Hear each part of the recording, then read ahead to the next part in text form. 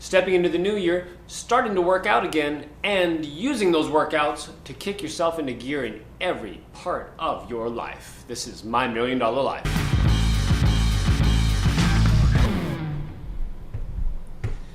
Hi, and welcome to My $1 Million Life. I am LJ Jellison. So we are in 2018, and with the new year comes a heck of a lot of people vowing to start working out. And working out gives you so many opportunities in your life. It's unfortunate that more people don't do it on a daily basis, but that's neither here nor there. If you are striving for that $1 million life, if you have goals and dreams and ambitions, allowing yourself to work out or setting goals to work out is a huge contributor to allowing you to train yourself to achieve said goals. Now, why do you say that? Well, because in a 20 to 30 minute period, you are setting so many goals, and our body and our brain do not want to achieve those. Absolutely don't. The minute you start running on the treadmill, you say, I'm going to run for 20 minutes. What happens when you get to 10? You're like, dear, sweet Jesus, dear God, I can't make it to 20. Maybe I'll do 15. And you start bartering with yourself. And that is where the training starts. Not just your physical training, but your mental training.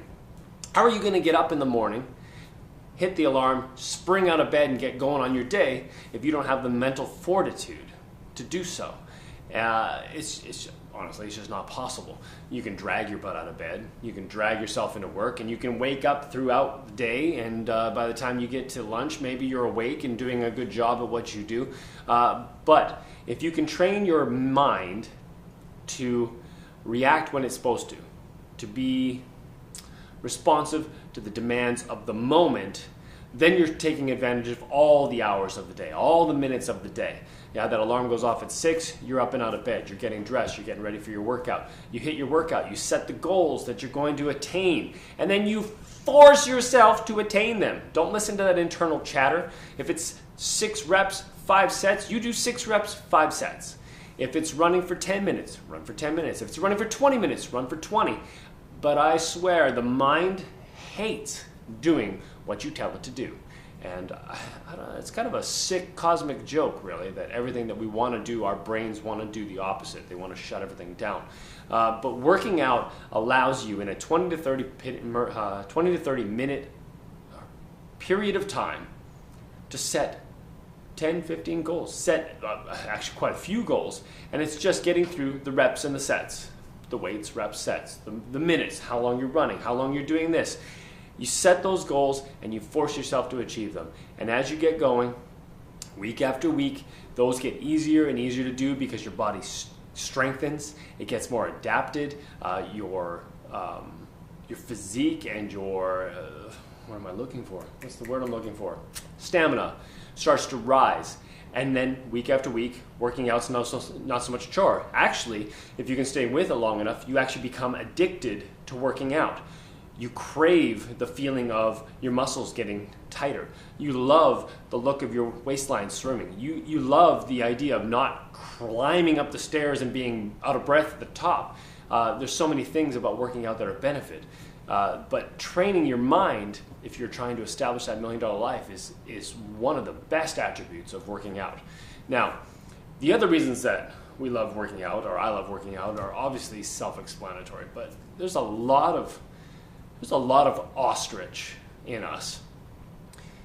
You take a look at our lives in the state that we're in, and you take a look at the potential for disaster or the potential for negative situations, and then you look at yourself and you say, what shape am I in physically and mentally to adapt or to be responsive in a critical situation? If you had to run from danger, could you? If somebody needed help, could you help them? Could you lift yourself out of a hole? Could you lift somebody else out of a hole? You know, there's so many things in life that we don't take, well, maybe that we take for granted. We ostrich it. We put our heads in the sand. We say, hey, you know what? I'm going to get up. I'm going to go to work. I'm going to pay my bills, and that's good. And then something happens in your life, and you're not ready to respond. You're not ready to be the best you can be because you've been ostriching it. You've had your head in the sand and you're just kind of going through the motions. Working out allows us to A, get our physicality in the shape it needs to be.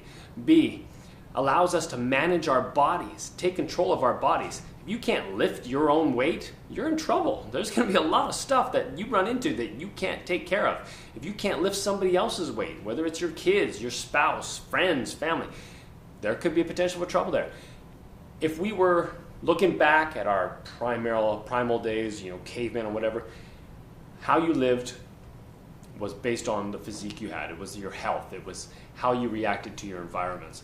And I think our environments obviously have gotten more and more luxurious, and we become more complacent with that. So today I challenge you to get back in the gym, or your home gym, or your T25, or your P90X, or whatever it is that you want to do. Dive in, do what's expected of you, do what goals you set for yourself in that workout, and challenge yourself to train your mind to be responsive to your requests, and then train your body to be responsive to your environment. Yeah, that's my challenge to you. Take advantage of the opportunity you have to work out and fully maximize it, and you will feel better, you will act better, and you will be able to conquer goals and situations with a more tenacious mental capacity, because you've trained yourself to overcome hurdles regardless of the physical pain or the physical resistance that they present. And I think that's one of the biggest things that we have, is those mental blocks. Getting out of bed, being successful.